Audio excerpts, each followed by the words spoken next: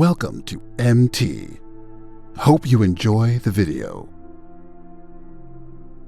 We teach what we know, but we reproduce what we are. So if you're wanting to raise up some great leaders in your group, guess what? The first thing you need to do is be a great leader. Let me explain that to you. Let me just sit down for just a moment. At my age, it's a highlight. Let me just sit down for a moment and let's go back to the law of the lid. Remember when your lid was a 5, what was your company going to be? It was going to be a... Absolutely. The lid says you can't have a 6, you can't have a 7, you can't have an 8, you can't have a 9. You're a 5 leader. A 5 leader doesn't have 7s. A 5 leader doesn't have 8 companies. 5 leader doesn't have 9. 5 leaders have 4 companies. What kind of a person will you attract? If you're a 5 leader, you don't attract 6s, 7, 8s, 9, 10. Can I tell you something? 8s don't want to follow 5. 8s go meet a 5 and they say, whoops, Mr. Magoo.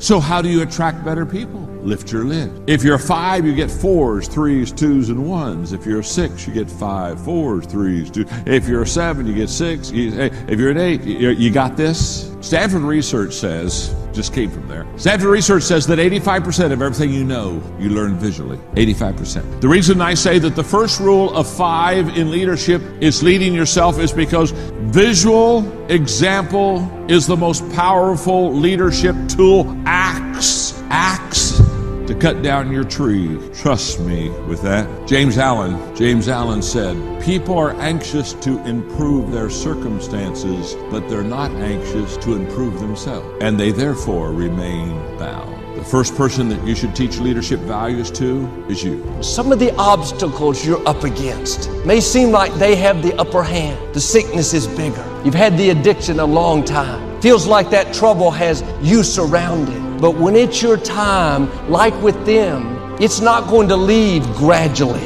It's not going to improve a little here, a little there. It's going to leave suddenly, like it's in a panic, like it's fleeing for its life. Well, Joel, this sounds encouraging, but I don't believe it's going to happen quickly for me. I've been dealing with this for a long time. You're right. It won't happen for you. This is for believers. This is for people that will let the seed take root. People that will dare say, God, I agree with what you said, that you will hasten your word to perform it.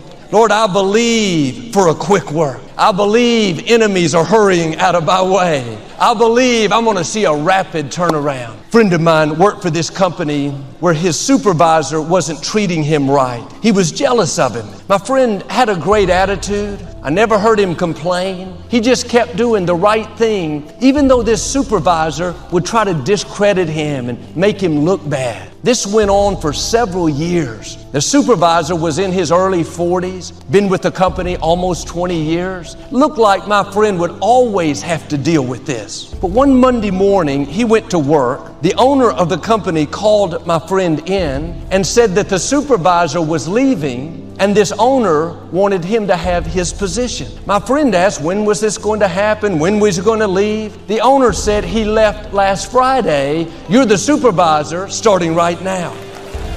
God knows how to cause people to hurry out of your way, to do things quickly, things that you didn't see coming. That supervisor could have been there another 30 years, but he suddenly left. Quit worrying about who's in front of you and how it's never going to work out. God can quickly change things, quickly promote you, quickly heal you, quickly free you. And yes, I know some things take time. We have to outlast what's coming against us. But you're going to come into these moments where God does a quick work. Now, instead of complaining, well, Joel, I don't know about for me. I don't think I'll ever get well. I'll never meet the right person. Don't turn it around. Father, thank you that my health is about to suddenly improve. Thank you that this addiction is not permanent. It's about to quickly turn around. Thank you that this depression is not how my story ends. It's about to hurry out of my way. That's not just being positive. That's releasing your faith. That's what allows God to speed things up. Pliability is an indication of experience. When you've been through enough, you become pliable. You become adaptable. You become relatable. When you've been through enough, you know how to rock with it, and you know how to roll with it, and you know how to shift with it. When you've been through enough and enough has passed through you, you've changed in your composite that you might look like dirt, but you're pliable. Somebody write on the timeline, I'm pliable. I know how to abase and abound. I'm in season and out of season. I know how to survive good times and bad times. I know how to work with whatever's thrown at me. I can make it through the winter and I can make it through a hot summer. I'm pliable. If it rains, I got a raincoat. If it's hot, I'll take it all. I know how to be pliable. Whatever season I'm in, I can be content because I'm not just dirt, I'm clay.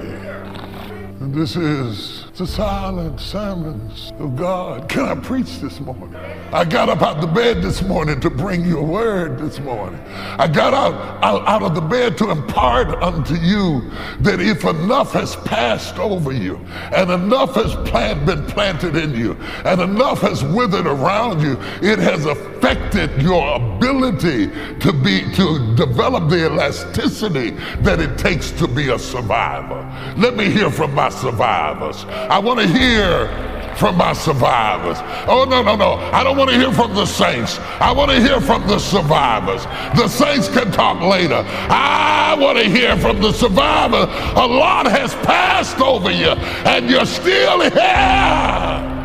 Survivors, make some noise. Yes. And so I thought I would start this sermon by talking about the potter's hand. For the potter's hand has reached down into the ground and extracted from the dirt the clay he thought most useful. And the reason I want you to see this image of the stooping potter is that when Jeremiah is looking at the potter stooping down into the ground to pull up the clay, my mind went back to God. Thing is, I was raised in a culture of the quiet professional, and we don't talk about what we do. And so that book, obviously I was writing a book with my brother Leif Babin, and we talked about that for a long time before we actually said, okay, let's do it. And what we knew that we needed to do was, number one, represent the SEAL teams the way that we thought they and knew they should be represented, and also make sure that we point out that the SEAL teams are just one military organization of all the military who are out there risking their lives and making incredible sacrifices for this nation and for our freedom. And so we wrote heavily about the forces and the soldiers and Marines that we worked alongside of in the Battle of Ramadi. And I think the other piece is, from my brothers that are still in the SEAL teams, when they started reading the book, and the reason that I think it's accepted by within the SEAL community is because we didn't try and make ourselves out to be something that we weren't. The guy that's in that book, that's me. That's what I was like when I was in the SEAL team. That's what I was like now. I didn't embellish anything and you've read the book. The book is not about how great I was. The book is actually, a lot of it is actually about mistakes that I made and what I learned from it, and what mistakes Leif made and what he learned from them. And so that's why I think there was a little fear with that book in how my brothers in the SEAL teams would react to it. But once guys started reading it, the feedback was awesome. And so for the kids book, I did no fear at all. None. I'm writing what I want, and I know that kids out there need it. And Discipline Equals Freedom, same thing. I'm doing what I want, and I'm putting word out there for people to the best of my ability to try and help them sort themselves out and move further along in their lives. And it's through lessons that I've learned, because I've been I'm far from perfect. And it's the same thing with my podcast. My podcast is what I want to talk about, and people have given me all kinds of advice since the beginning on what I should do and shouldn't do. And I always listen to people's advice, but I go with my gut of what I want to talk about, what people I want to talk to, what events in history I want to cover. There's been people told me, don't make it too long, bring on guests so you're not you're not the only voice, and don't talk about all this violence and horrible things. And if you listen to my podcast, it's very long. There's not many guests, and I talk about some pretty awful and horrendous things that have happened in the world. So I'm not afraid of doing what I'm doing, because I think I'm doing it for the right reasons. Thank you for watching our video. Check out our other motivational videos that will help you turn your life in positive direction.